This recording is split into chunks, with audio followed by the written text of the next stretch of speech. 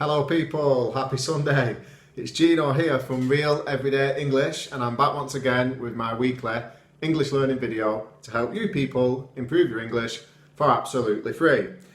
Now, today's topic is going to be the word away, which causes some confusion for English learners, and I know this because I know that it causes my conversation partners trouble when they're using their English. So let's get into it. The main meaning of the word away is in two different ways that we use it, and the first one is to describe to or at a distance from a particular place, particular person or particular thing, and the other way we use it is to mean disappear from sight.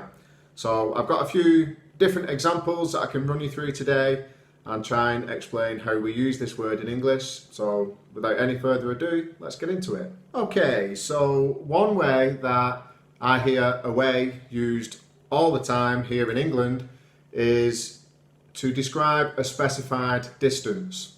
So for example, if somebody asked me, how far is Manchester from here? Then I would say Manchester is 15 miles away. It's 15 miles away from here. So I'm specifying the distance with the word away. You might also hear people say as well, for the same question, how far is Manchester from here? Then somebody could also answer that question by saying it's around 20 minutes away by car. So meaning 20 minutes as a period of time away from here in a car. That's how long it's going to take you. So that's the first way we would use it, and it's to specify a distance. And another way I hear the word away used all the time, this stuff I'm teaching you today is really useful stuff. It's everyday conversation stuff, this, is to describe a particular time in the future and the period between now and then. So for example, if I have a child, which I do, I have two daughters, if one of them is preparing for a test, then I could say something like, I think you should study because your test is only 1 week away. And it means that there's 1 week in between now and then. It's 1 week away. Another example would be the big football match is 2 weeks away, so the team are training very hard. On to the next one, which is also very common and very useful. It's a phrase more than anything, and the phrase is to play away. Now, this has two meanings that I can think of, and one of them is much more common than the other. So the first one, to play away, is when you are referencing, for example, a football team. If the football team is playing away this week, it means they're playing at the opposition's ground. So they are playing away from their home ground, from their home football pitch. So that is to play away. And you will also hear this described as an away game. So you could say, oh, I went to all the away games for Manchester City last season. And that means you went to all the games when they played at the competitors' football stadiums. Now, the second meaning of play away is something that is very British. I don't think they use it in America, but it means to have an affair in a marital situation, or even if you've just got a girlfriend or boyfriend or whatever. So if someone is playing away, we use that to describe being unfaithful to their wife or partner. So if let's say my neighbours are married and they split up, and somebody asks me what happened, I could say, oh, apparently he was playing away and she found out. And that's what it means. It means to be unfaithful to your partner. The next one is go away. Simply go away. Now this is another one that has two meanings. Now the first one is quite rude, so you would only use it when someone is being rude to you. And if you tell someone to go away, it means move to another place where I cannot see you because you are annoying me. So for example, if somebody is shouting at me, or if somebody is being rude to me, I could say, listen, just go away. It means move to another place where I can't see you, hear you, think about you, anything. So that is go away. It simply means move. Now, we also use to go away as a phrasal verb, which means to go on holiday. So to go on your vacation or holiday, as we call it here in England. So I could say, for example, oh, I can't wait, I'm going away in 2 weeks. And the other person would automatically know that I mean I'm going on holiday. Another one I hear all the time is a conversation between two people, and you can simply ask the question, are you going away this year? And what that means is, are you going on holiday this year? Another way in which we use the word away is to describe putting something into a safe place for storage. So for example, I'll just show you an example for this one. I can put away this glass.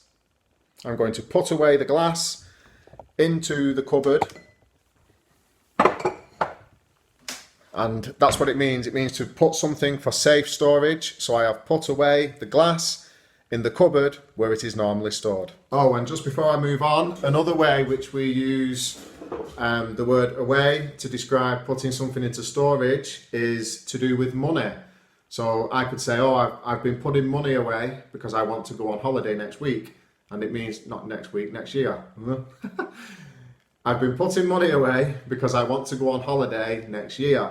And what that means is I've been saving money. So I've been putting money in the bank account where it can't be touched, and I'm going to use that money to go on holiday. On we go. The next way in which we use the word away is to describe constantly or persistently doing something.